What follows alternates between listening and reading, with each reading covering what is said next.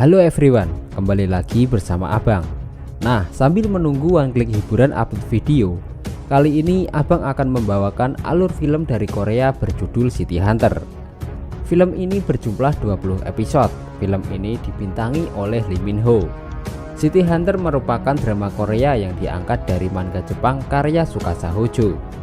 Film ini menceritakan tentang pembalasan dendam salah seorang pasukan elit Korea atas tragedi yang dialaminya bersama 20 orang lainnya yang mati atas penembakan di pantai Nampo.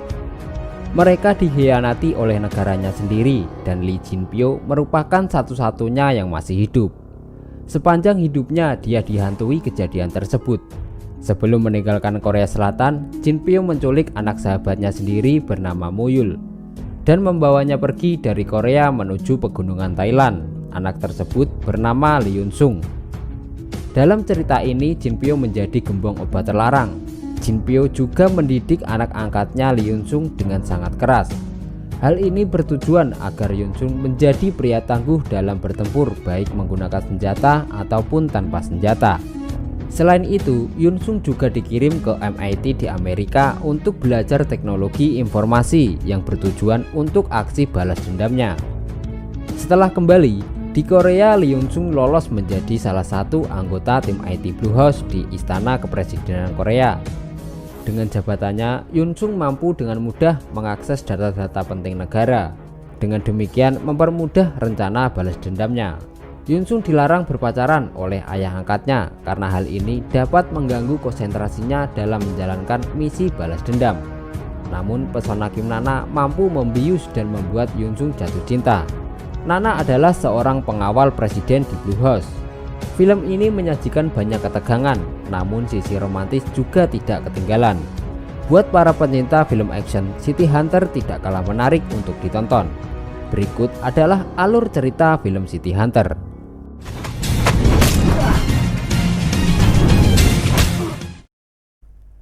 Di awal film, kita diperlihatkan seorang wanita bernama Yong Hee.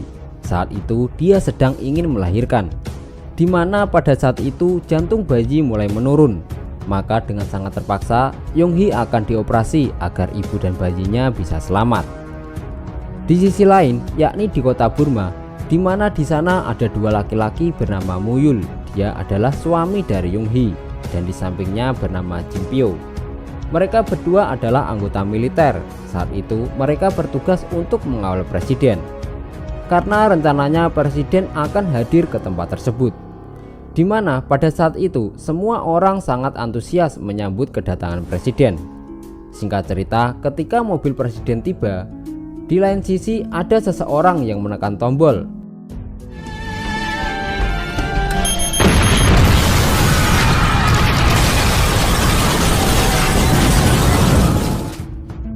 Secara bersamaan di rumah sakit, Yong Hee melahirkan bayi berjenis laki-laki. Drama ini menggabungkan kunjungan nyata Presiden Korea Selatan Chung Do-hwan pada 9 Oktober tahun 1983 dan kabinetnya yang tiba tepat saat bom meledak. Kejadian tersebut menewaskan 16 orang dan benar-benar menghancurkan tempat tersebut. Dua agen selamat dari ledakan itu, Lee Jin Pyo dan Park Mo-yul, mereka adalah sahabat dan mata-mata di unit anti Korea Utara. Dengan ngeri, mereka melihat pembantaian rekan-rekan mereka setelah ledakan itu. Setelah kejadian tersebut, Dewan Rahasia yang terdiri dari 5 pejabat tinggi pemerintah menerima laporan yang menunjukkan keterlibatan Korea Utara dan mencoba memutuskan apa yang harus dilakukan. Yang paling menentukan di antara mereka adalah Cho Young-chan. Dia juga sebagai calon presiden yang memimpin kelompok dalam memutuskan bahwa ini adalah tindakan perang dan serangan balik akan dilakukan. Rencana mereka untuk membunuh pejabat Korea Utara di Pyongyang harus tetap dilakukan di antara mereka berlima. Bahkan pada saat itu presiden tidak akan diberitahu tentang misi operasi hitam ini. Cho Young-chan meminta bantuan dua agen khusus yang tersisa, Jin Pyo dan Moyul, dan menugaskan mereka untuk tugas rahasia ini. Jin Pyo memberitahu temannya bahwa dia akan melakukan misi tanpa dia, karena Moyul telah kembali ke keluarganya dan menjadi ayah baru. Istrinya Yong Hee baru saja melahirkan putra mereka dan mereka sangat senang. Namun Moyul mengabaikannya. Muyul tidak mau meninggalkan temannya untuk misi berbahaya ini sendirian dan memberitahu istrinya bahwa dia akan kembali setelah pekerjaan ini selesai. Kedua agen itu mengumpulkan satu tim dan mulai perencanaan taktis dalam penyerbuan Pyongyang.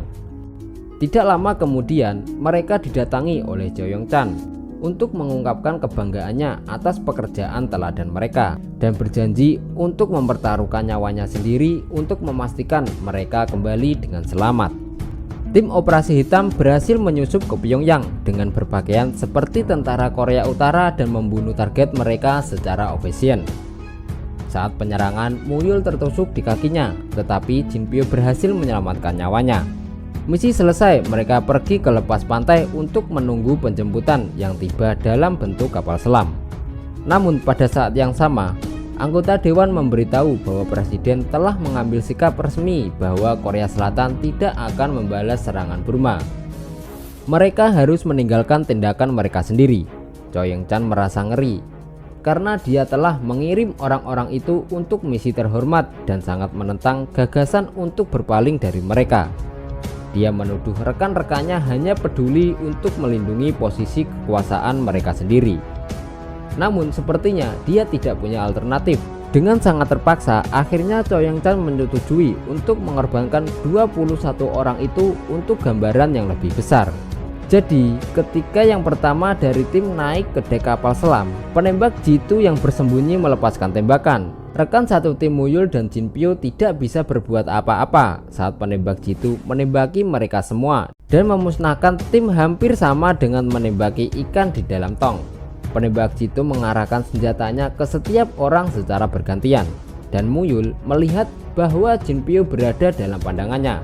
Dia menyelam untuk menutupi temannya dengan tubuhnya sendiri dan mendorong Jin Pyo ke dalam air saat penembak jitu menembak dari belakang. Dia akhirnya membiarkan Jin Pyo muncul ke permukaan setelah penembak jitu yakin bahwa tidak ada lagi tanda kehidupan di dalam air dan masuk kembali ke kapal selam yang kemudian menyelam kembali.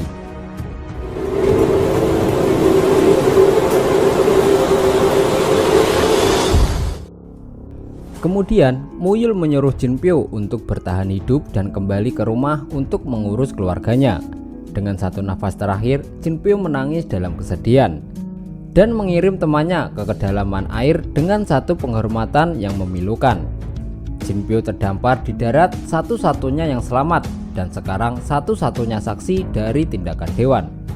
Choi Yong-chan adalah satu-satunya anggota dewan yang sangat berkonflik tentang peristiwa ini. Dan dia merasa malu setelah menerima berita bahwa ke-21 agen itu terbunuh. Dan dialah yang paling menyengat atas pengkhianatan ini. Dia berjanji dengan tulus untuk menghidupkan mereka kembali, menjanjikan kehormatannya sebagai seorang pria dan sesama patriot. Saat malam hari, Jin Pyo berhasil menyelinap masuk ke kantor Choi Yong-chan dan memojokkannya dengan sebuah pisau, di mana dia menagih janji akan menyelamatkan 21 nyawa. Tapi nyatanya dia mengkhianatinya. Dan saat itulah Jin Pyo akan menghabisinya karena Jin Pyo merasa dia telah dibohongi. Akibatnya semua teman termasuk sahabat dekatnya yaitu Muyul harus kehilangan nyawanya. Jin Pyo mengingatkannya akan janji itu. Choi Yong-chan tahu dia pantas menerima reaksi ini dan memberitahu Jin Pyo dengan menyesal dan menyuruh untuk membunuhnya.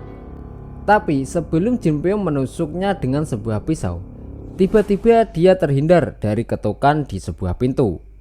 Nah, ketika itulah Jin Pyo tidak jadi menghabisi Choi Yong-chan dan itu memberi Jin Pyo kesempatan untuk menyelinap keluar lewat jendela. Namun sebelum Jin Pyo pergi, dia meninggalkan catatan yang ditusuk di mejanya dengan sebuah pisau yang berbunyi, "Aku bersumpah untuk membayar kembali biaya 20 nyawa yang dikhianati oleh negara sendiri." Selanjutnya, Jin Pyo mendatangi rumah Yung Hee dan saat Yung Hee menyingkir dari bayinya, Jin Pyo mencuri putranya. Yang dia tinggalkan hanyalah sebuah catatan yang berbunyi, "Muyul sudah mati. Aku akan membawa bayinya untuk dibesarkan. Anak ini harus pergi agar kamu bahagia. Mulailah dari awal kamu harus bahagia." Yung Hee pun menangis dan lari ke lingkungan sekitar untuk mencari bayinya, tetapi dia tidak dapat menemukan bayi tersebut. Jin Pyo melarikan diri dari negara dengan perahu, di mana seorang wanita yang baik hati menghibur bayi yang menangis. Sementara dia bersumpah untuk kembali dengan balas dendam paling kejam di dunia yang akan menjadikan alasan hidupnya. 10 tahun kemudian, bayi tersebut sudah tumbuh besar dan diberi nama Lee Yun Sung. Dan mereka tinggal di segitiga emas di Asia Tenggara, yang merupakan wilayah utama penghasil narkoba.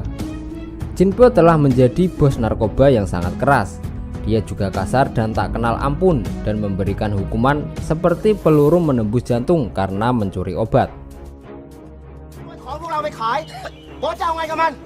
다른 데는 마약을 팔아도 한국엔 안 된댔지.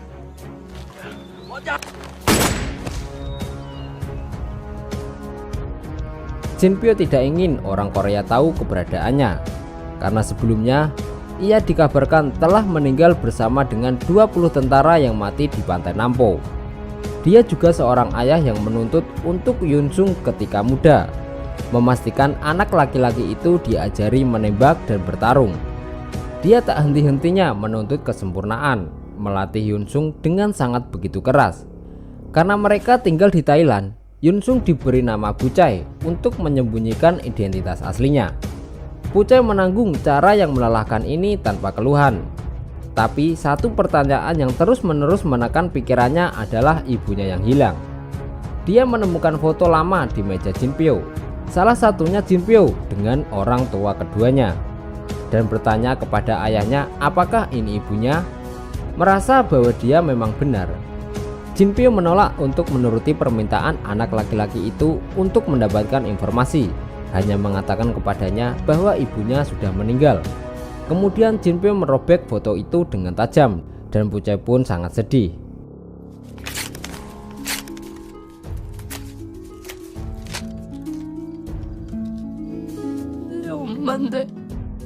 Dia melihat dengan penuh kerinduan pada seorang wanita desa yang mengawasi putranya yang tidur di pangkuannya. Wanita yang sama yang menghiburnya saat masih bayi di atas perahu.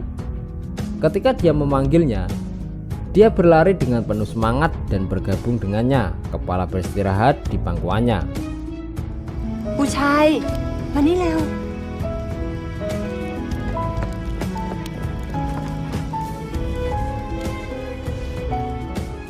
Meskipun dibesarkan dengan cara yang keras, Bucai tumbuh menjadi pemuda yang cerah, nakal, dan terburu nafsu. Seiring waktu berjalan, akhirnya Bucai tumbuh menjadi orang yang kuat dan juga tampan. Dimana pada saat itu, Bucai pergi ke pasar bersama dengan teman lainnya. Saat di pasar, dia melihat seseorang yang sedang terancam nyawanya. Kemudian Bucai melempar buah apel ke kepala bos tersebut, dan akhirnya Bucai berhasil menyelamatkan paman itu. Paman itu bernama Bae Sik Jung. Singkat cerita, Bucai berhasil menyelamatkannya dan membawanya pulang ke rumahnya. Saat di rumah, Bucai mendapatkan tamparan dari ayahnya yang telah memperingatkannya untuk tidak pernah membawa orang luar masuk, karena Jin Pyo tidak ingin diketahui keberadaannya oleh orang lain. Namun karena Bae Sik Jung memiliki keahlian dalam memasak, akhirnya Bae Sik Jung menjadi koki di tempat tersebut. Sebelumnya, Jin Pyo mengancam kepada Bae Sik Jung, jika mencoba lari dan memberitahu keberadaan tempat ini, maka nyawa adalah taruhannya. Kemudian, Bucai tampak penasaran melihat foto seorang gadis cantik yang dibawa oleh Bae Sik Jung. Wanita dalam foto itu bernama Kim Nana, yang awalnya dia anggap sebagai putri paman itu. Tetapi mereka memiliki nama keluarga yang berbeda, yang berarti bahwa untuk saat ini hubungannya dengan Sik Jung masih belum jelas. Singkat cerita, kemudian orang-orang yang ingin menghabisi Bae Sik Jung di pasar datang karena telah mengetahui keberadaannya, dan akhirnya mereka saling adu tembak.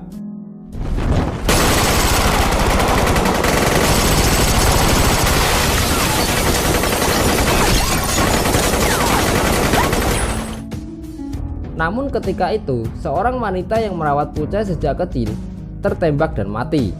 Saat bersamaan, Jin Pyo juga melihat kejadian tersebut, dan Bucai pun akan membunuh mereka semua dan pergi mengejarnya.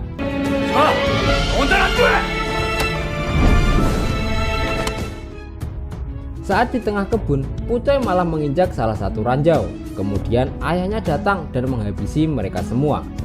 Setelah itu, ayahnya mencoba menyelamatkan Pucai dari ranjau tersebut.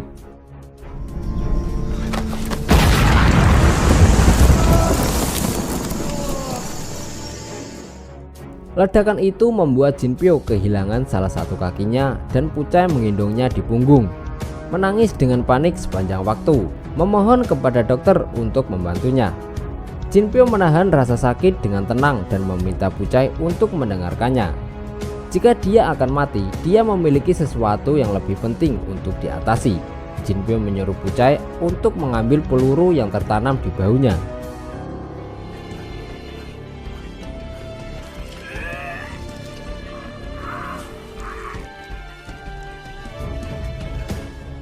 Dan mulai menjelaskan kisah ayah kandungnya. Pucai mendengarkan dengan kaget saat Jinpyo memberitahunya tentang ayahnya yang telah menyelamatkan hidupnya yang telah dikhianati oleh negaranya sendiri. Kemudian Jinpyo menceritakan semuanya kepada Pucai, bahwa peluru tersebut adalah peluru yang menembus jantung ayahmu dan mengenai bahuku. Ayahmu mencoba menyelamatkanku dan ibumu di Korea juga masih hidup. Kemudian Jinpyo menyuruh Pucai untuk membalaskan dendam kepada anggota dewan yang sudah mengkhianati ayahnya. Mendengar hal itu, Pucai pun langsung marah dan bersumpah untuk membalaskan dendam untuk ayahnya. Pucai akhirnya mengerti mengapa Jinpyo membesarkan seperti yang dia miliki dan mengapa dia melatihnya dengan begitu keras. Dia merenungkan foto lama ibunya yang pernah dia lihat. Sekarang dia memahami bahwa lelaki yang di samping ibunya itu adalah ayahnya. Kemudian setelah Jinpyo selesai dioperasi, Pucai mendatangi kamar Jinpyo untuk informasi lebih lanjut sebelum melakukan rencana balas dendam ini. Dan Jinpyo memberitahu bahwa ada 5 orang yang harus dibunuh. 5명이 있다. 7 tahun kemudian, Pucai tiba di bandara Korea, datang dari Amerika Serikat, bukan lagi anak muda yang suka bercanda dan suka tertawa, tetapi sekarang menjadi pria yang serius dan teguh dalam sebuah misi. Hal pertama yang dia lakukan adalah menerima telepon dari ayahnya yang mengkonfirmasikan kedatangannya, di mana target pertama bernama Lee Yong-wan. Satu pengingat terakhir, lupakan hidupmu, tetapi jangan pernah melupakan kematian ayahmu. Saat perjalanan, Pucai meminta sopirnya untuk menepi sejenak dan keluar dari mobil untuk melihat-lihat alun-alun di tengah kota. Dia mengamati kehidupan biasa. Saat menutup matanya, kata-kata ayahnya bergema di telinganya. Jangan mencintai siapapun. Jika identitas aslimu terbongkar, kamu dan orang-orang di sekitarmu akan dipenuhi dengan darah. Dan film pun selesai. Nah, itu tadi alur cerita film City Hunter. Jika kalian kurang paham, kalian bisa nonton streamingnya. Nanti abang akan kasih link streamingnya di deskripsi. Akankah Lee Young Sung berhasil membalaskan dendam ayahnya? Jangan lewatkan episode selanjutnya. Abang undur diri, sampai jumpa di episode selanjutnya. Dah.